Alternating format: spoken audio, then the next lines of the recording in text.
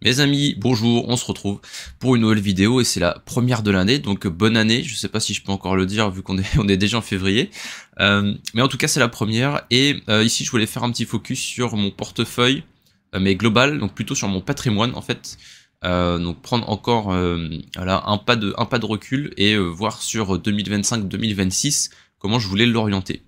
Donc ici je vais me baser vraiment sur des chiffres en gros par secteur et par classe d'actifs. Donc ça va être assez simple, mais en fait je voulais faire cette vidéo simplement pour vous montrer qu'il faut aussi savoir prendre le recul et arriver à disséquer son patrimoine et faire des grandes parts et dire ok voilà, je veux en tout temps avoir 30-40% ici, 20% ici. Et pendant longtemps, ça n'a pas été vraiment mon cas. J'ai beaucoup chargé sur certains secteurs sans vraiment m'en rendre compte. Et aujourd'hui, j'ai envie de répartir ça beaucoup mieux et surtout d'être beaucoup plus constant dans l'allocation. Donc ici, l'objectif, donc c'est que l'objectif 2025 et 2026, et vous allez voir pourquoi je dis aussi 2026. C'est parce que j'ai pas forcément que des actifs très liquides. Donc je vais avoir envie d'avoir une répartition en actions à 40%, en IMO 30%, crypto 20% et ensuite cash 8% et private equity 2%. Donc le gros morceau action, pourquoi? Ça peut peut-être vous surprendre vu que je fais des vidéos crypto à tout va. Et bah tout simplement parce que déjà j'aime beaucoup investir sur les actions et puis que fondamentalement le retour, le ROI sur les actions est quand même très bon. J'investis principalement sur les stocks aux US, donc voilà, c'est quand même une performance qui est proche des 10% annualisés. On est quand même sur une belle perf. Derrière j'ai mis IMO et en fait ce sera IMO tokenisé à 100%. Je veux plus avoir de biens en dur. Aujourd'hui j'ai un bien, donc c'est aussi pour ça que ma part d'IMO dans l'allocation est énorme. Et puis ensuite crypto 20%, parce que c'est quand même très volatile et que plus on avance dans le temps, plus je vieillis entre guillemets et moins j'ai envie de m'exposer aussi à des assets qui peuvent voilà faire moins 50% sur un an. Donc 20% c'est déjà une belle part du capital. 8% de cash pour saisir des opportunités et puis avoir aussi un petit coussin de liquidité au cas où. Et private equity, en fait ici c'est tout simplement mon investissement dans Realty.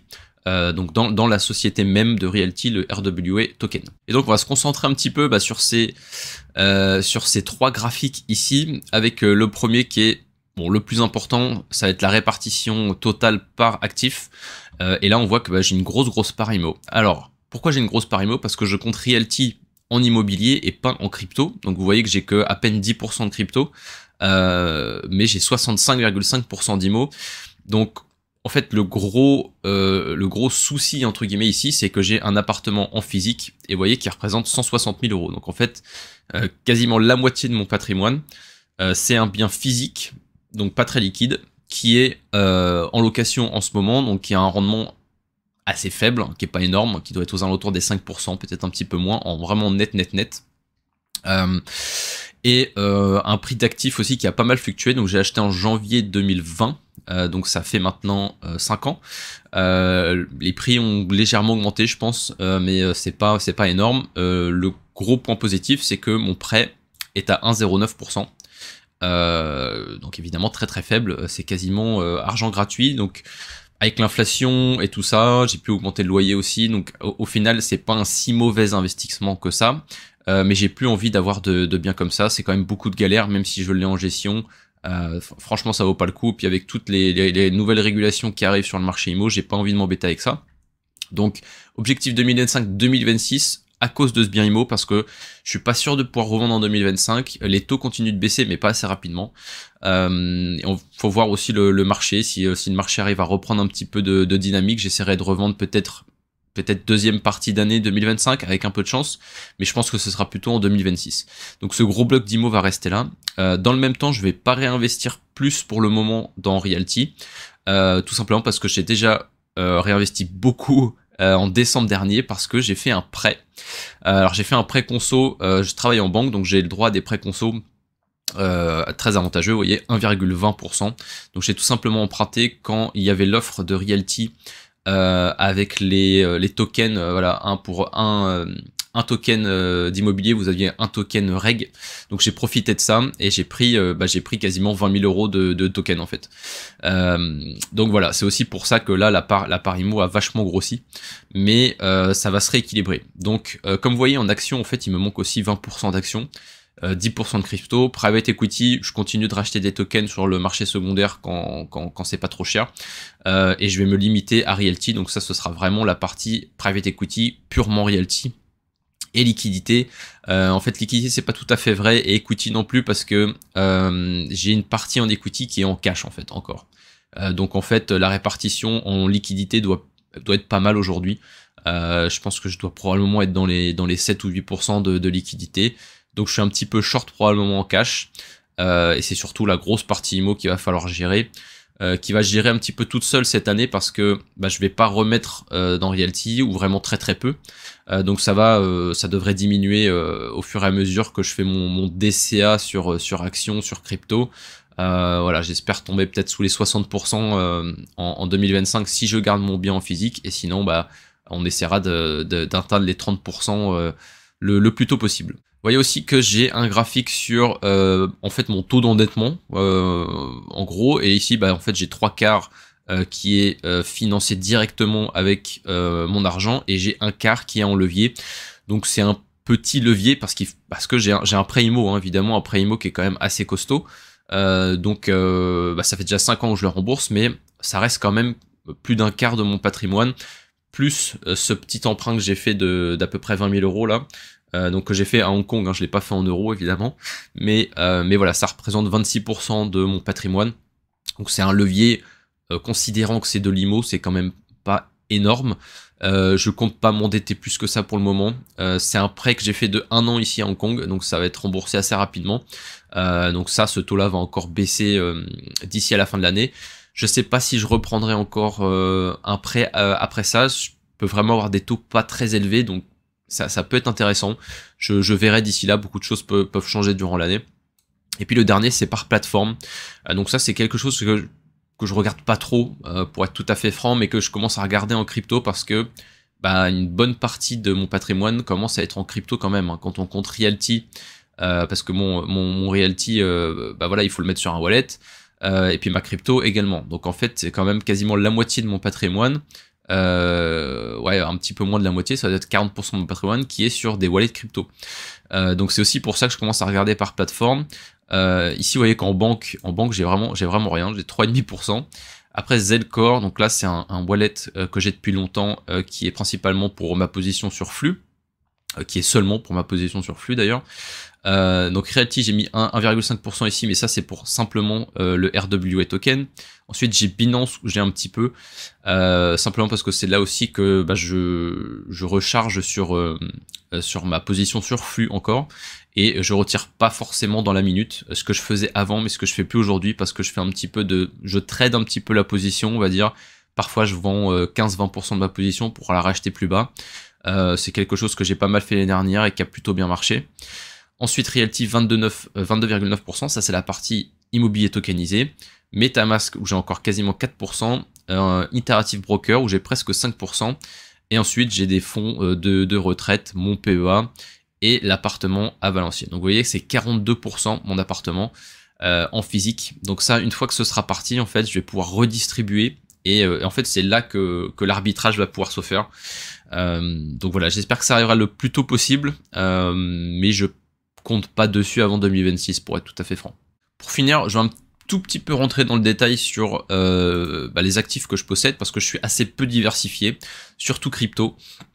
J'ai simplement 2 cryptos principales, à savoir Flux et BST.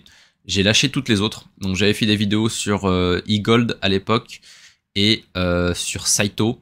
J'ai lâché les deux il y a un petit moment maintenant, tout simplement parce que ça sous-performait beaucoup trop.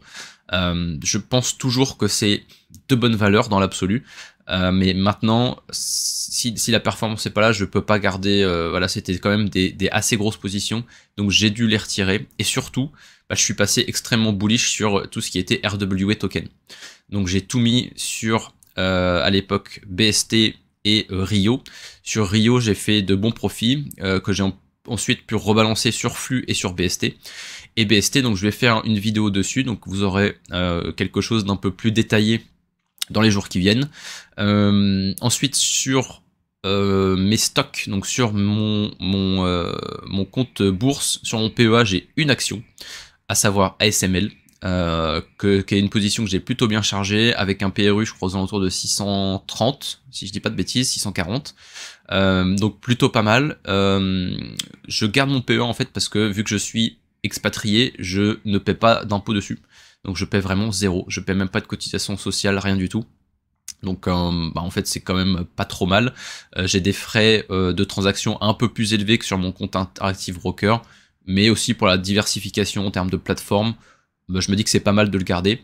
Donc voilà, sur Interactive Broker, j'ai un tracker Argentine. Je suis vraiment bullish sur l'Argentine. Je pense que Milei est en train de faire ce qu'il faut. Donc c'est une bonne partie de ce que j'ai sur Interactive Broker. J'ai aussi ensuite Berkshire Hathaway. Première fois que j'en achète parce qu'ils ont beaucoup de cash et que je pense que les taux vont baisser et que leur position en cash devrait du coup être revalorisée. Et que s'il y a un crash, ils seront là pour tout acheter en fait. Je crois qu'il a quasi 300 milliards ou plus de 300 milliards de cash. C'est monumental. Et la dernière position que j'ai, c'est TLT, qui simplement en fait joue sur les bons US. Donc je m'attends à ce que les taux baissent dans l'année. Pendant ce temps-là, je récolte du 4,5%, je crois, même un peu plus en ce moment, plutôt aux alentours de 4,5%. Donc c'est pas mal en fait. Je touche ça tous les mois. Et puis quand il y a une baisse de taux, j'en profite directement. C'est pas une position que je compte garder pendant des années. Je vais peut-être la liquider durant l'année. Ça dépend de comment évoluent les taux. Mais étant donné que je vois pas de grosses opportunités sur action, en fait, voilà, j'ai pris du TLT en attendant. On verra ce que ça donne, mais je compte pas garder ça très longtemps. Et en termes d'évolution du patrimoine, donc c'est vrai que c'est quelque chose que j'avais jamais fait avant dans mes vidéos. Je m'étais soit concentré sur les actions, soit sur la crypto, soit sur Realty. Mais voilà, en fait, le total est de 375 000 € au 1er janvier 2025, en augmentation de 24,44%. Donc ça comprend les gains que j'ai pu faire et également ce que j'ai remis de ma poche. Donc voilà, ça a été globalement plutôt une bonne année, même si sur action j'ai pas fait une bonne année malheureusement. Sur mon PEA principalement, j'ai eu des grosses positions. Une s'est bien passée, l'autre s'est pas bien passée. Donc au final j'ai pas profité vraiment de l'augmentation aux US.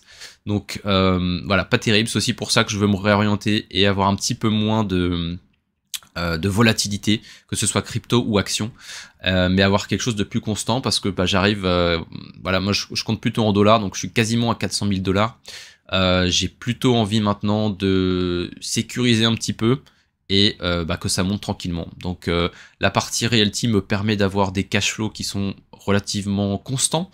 Et avec ça, je peux rediriger un petit peu et remettre où je veux, sachant aussi qu'avec mon salaire, je suis capable d'épargner pas mal.